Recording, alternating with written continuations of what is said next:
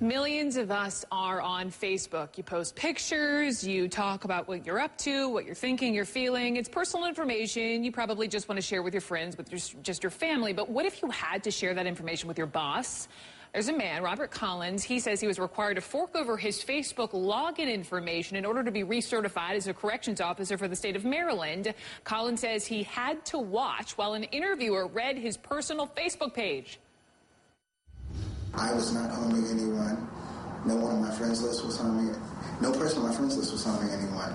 We simply were trying to maintain a peaceful discourse and speak about everyday life events, speak inspirational sayings, and just try to motivate one another. And to have my privacy invaded in that way made me feel very awful. Sunny Hassan is on the case. Sunny, it is a new world we live in, but let me ask you this. What does the Maryland Department of Corrections have to say about all this? Well, we did get a statement from them today because this has been, a hotbed topic lately. They say that they are going to suspend their process for 45 days to make sure that their procedure is, being used consistently and appropriately. They say they do not demand any personal social media information from applicants. But I will say they also say that if the department only asks an applicant to provide the information, and if they do provide the information, it's done so voluntarily, and if the applicant doesn't provide the information, it's not held against them. So that is the statement of the Maryland Department of Corrections. Well, what about this? I mean, what reason would, say, a department, an employer cite to ask a corrections officer to reveal their Facebook login information?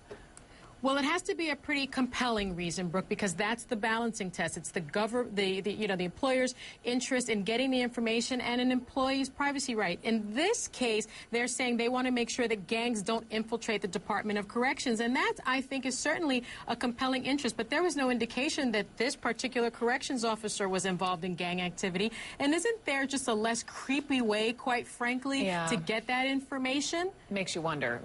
But would it even be legal for an employer, Sunny, or a prospective employer to require workers or job applicants to give them access to their social media pages, personal ones? Well, that is the million-dollar question, Brooke, and I've been debating a lot of my legal friends today. I've been calling a lot of lawyers, and I think we all agree that it's creepy. We think it's sort of toxic to the workplace, but we can't agree as to whether or not it's legal or illegal, primarily because this is such a new area in the law, and there's not much law on it. I think it's a dicey question. I think certainly if you require someone to pass it over, that is borderline illegal. That probably won't pass legal muster. But if you're asking them voluntarily to do it, perhaps it's legal. I think that the employers will probably lose this one because it sounds like sort of coerced voluntary consent.